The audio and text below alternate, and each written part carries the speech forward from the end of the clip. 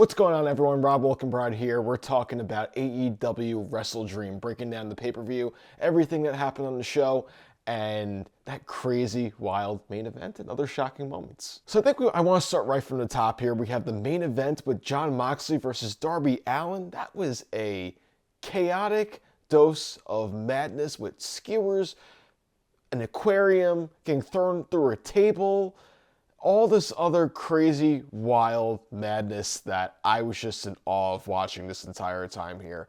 That was the wild, crazy, chaotic stuff that you want to see from this I Quit match where you have Moxley and Darby Allin just going at each other in these promo segments on Dynamite beforehand, and then leading up to this match where they're really going to try to go all out to literally, basically, kill each other. That's the vibe I got from this, is basically trying to kill each other. So they went into this, basically more so Moxley, I would say, than anything, was trying to kill Darby. And they sold the story really well based on how they were portraying it on Dynamite, and Moxley really wanted to kick the crap out of him. I mean, you had the table threat, you had the lighter fluid coming into play too, which we thought someone was going to get lit on fire again, even though they've done it before, but you could do it again. Now, I think what defined this match was when the crowd was chanting, "This is murder." Basically was. I basically would call this murder to the closest thing possible to it in wrestling terms, because those two were just destroying each other. Now, that is something that you would expect out of these guys. You'd expect this probably out of Combat Zone Wrestling, but this was just an all-out assault on each other, and I thought they were even going to go a little further. I mean, even though Darby nearly got drowned as well, so maybe that's pushing it from what I'm saying a little bit, but I thought they might have gone a little more. Well, I'm getting ahead of myself here, because first we had Sting come out and help Darby. I mean, I didn't expect him to come back. He hasn't been on AEW TV at all, really, since he retired a year and a half ago. So that was a really nice moment. And you had this gray-haired, like, White Walker Sting that really popped the crowd. It popped me. It popped everyone online. It was a really nice surprise, even though Sting was largely a huge part of AEW TV for a couple of years. Him showing back up here was just one of those things that was just like, wow, cool, okay. So Darby has some kind of help, and even though, yeah, Sting is retired, and he didn't do too much physicality here, he got enough involved to make an impact and to be like, wow, what a cool moment here. But then after Sting left the ring is where this got a little weird to me, because the finish just kind of happened like that.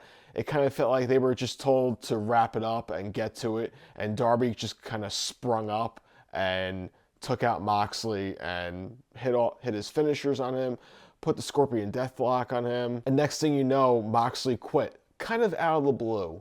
Kind of felt really abrupt and fast. He didn't go through too much hell, I didn't feel like, compared to what Darby went through, for Darby just to pop up like that and semi-sell things, at least in my opinion. I also think too is because AEW looks like had a 12:30 sign-off, and they really got to the finish really, really fast, including with Darby winning and getting up to go celebrate. He was celebrating speedy quick, and next thing you know, the cameras cut to black. So it seems like AEW had a 12:30 curfew, and they really pushed it right to the end, because Darby won at, I think it was at 12:28, if not maybe 12:29.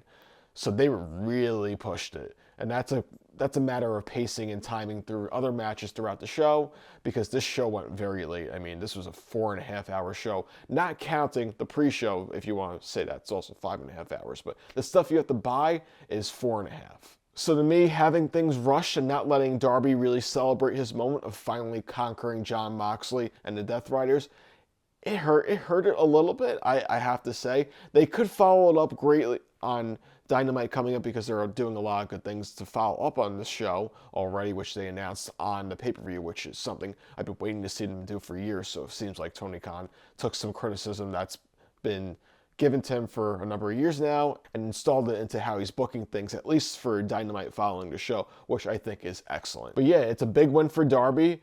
It should push him into something else. I don't know if he needs a title, but it should push him into another feud, because he's been going out with the Death Riders for basically a year. And for Moxley, probably needs to go away, I think, for a little bit after this, because he's taken big losses in these matches, whether it was against Hangman and Allin a couple months ago and now this. I think he should drift back a little bit, then come back with a vengeance against someone else. Now, there was also Adam Page and Samoa Joe for the AEW World Championship. Now, this is my time to drop in that they mentioned my interview on commentary, which I did with Samoa Joe because I also write for Forbes. So you can go check out my interview that I'll drop below as well, which I spoke to with Joe about ahead of the show, where he spoke about his career, the next generation of wrestling, AJ Styles' tribute, Coquina Clutch to him at Crown Jewel, and more. But Page and Samoa Joe was a very hard-hitting, kind of a slogfest, which was fun.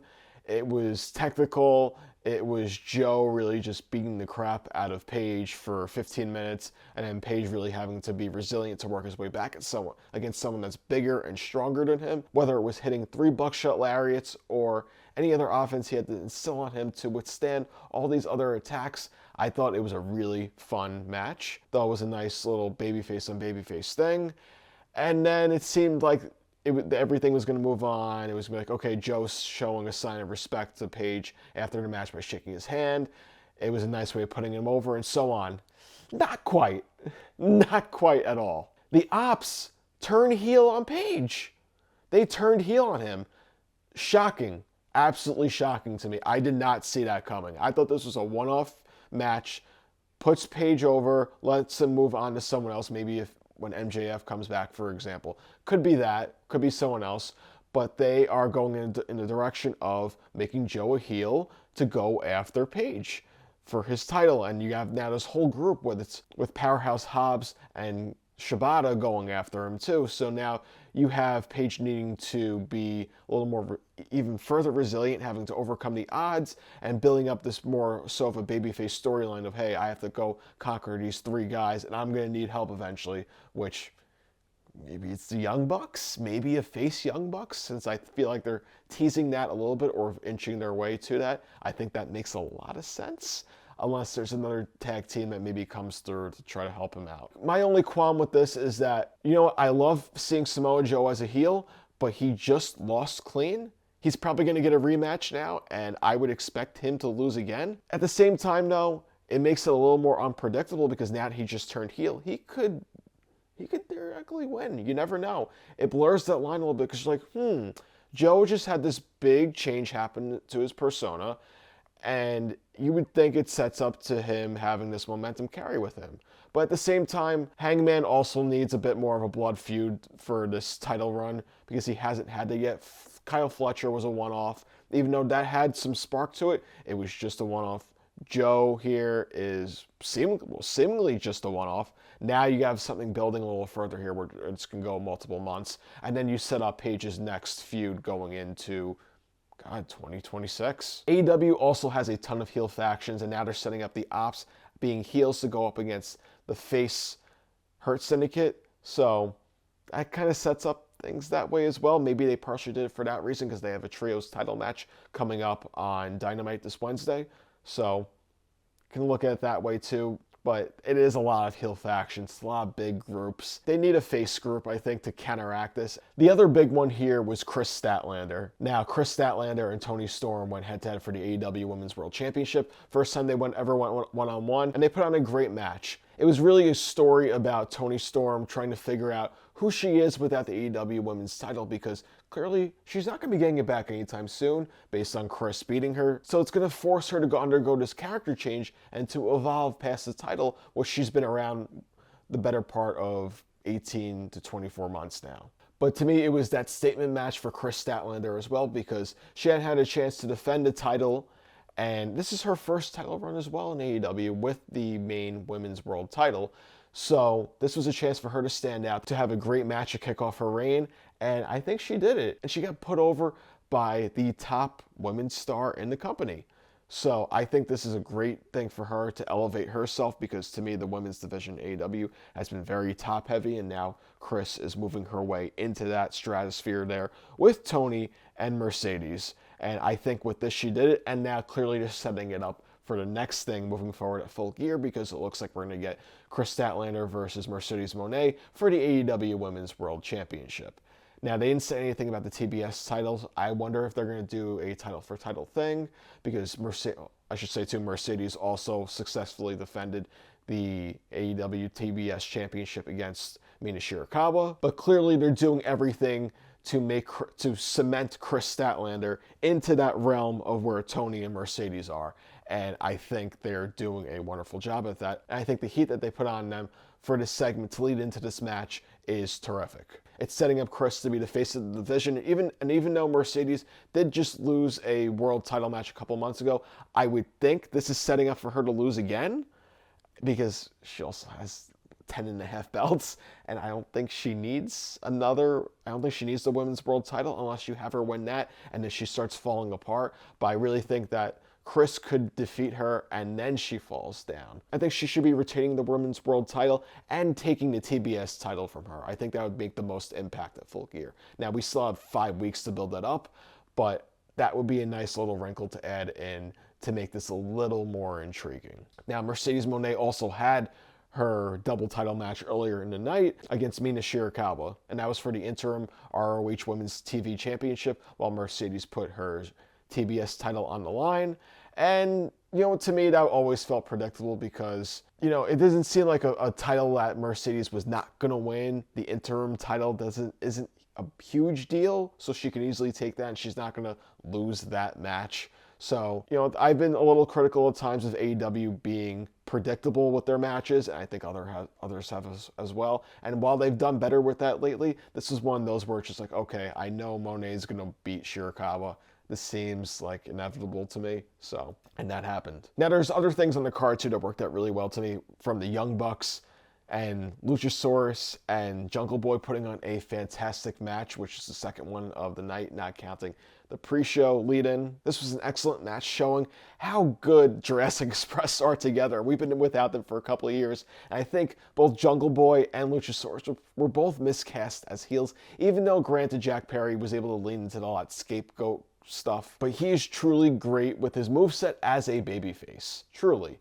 And Luchasaurus, he was fine as a heel with Christian Cage, but this, to me, he's just fun. He's a big man wearing a mask who's portraying himself to be like this athletic dinosaur, and it's great. You love it. And he obviously also overcame a major health scare as well, so you want to cheer for him too. You want to be able to get on his side. He's just so easy to root for. And then you have Jack Perry coming in with his moveset there. He's great. The Young Bucks with their broke Bucks gimmick, it's getting over too. They're becoming more face by the day, and I think they're setting them up, in my opinion, to maybe be teaming with Adam Page to go take on the Ops at some point, unless, like I said before, there's someone else that's going to go help him out.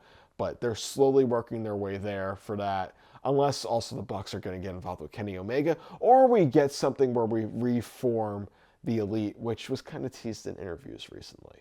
We also had a really hard-hitting match with Jamie Hayter and Thekla. Really fun, great, styles that work well, great chemistry.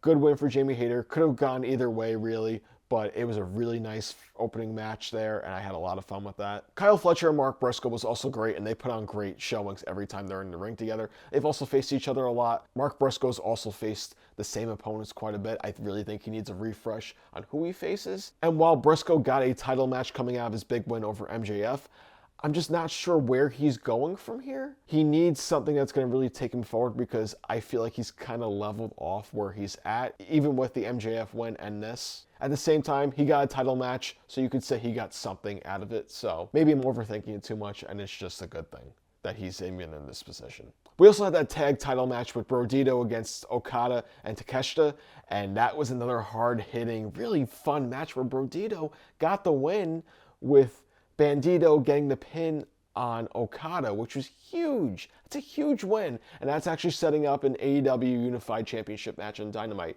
And it also teased to the tension with Okada and Takeshita, which was a big deal, obviously, and that's going to lead to a split at some point, I'd imagine sooner than later, because you got to put them in the ring at some point, and you only can have this tension build up for so long. I imagine that's going to crack, God, maybe by Full Gear, if not beforehand, to get a match between the two of them, which would be great. But yeah, so AEW did a really nice job at WrestleDream, putting on a fun show of matches. There were some things along the way that I wasn't huge on with certain angles, but I think overall they did a really nice job.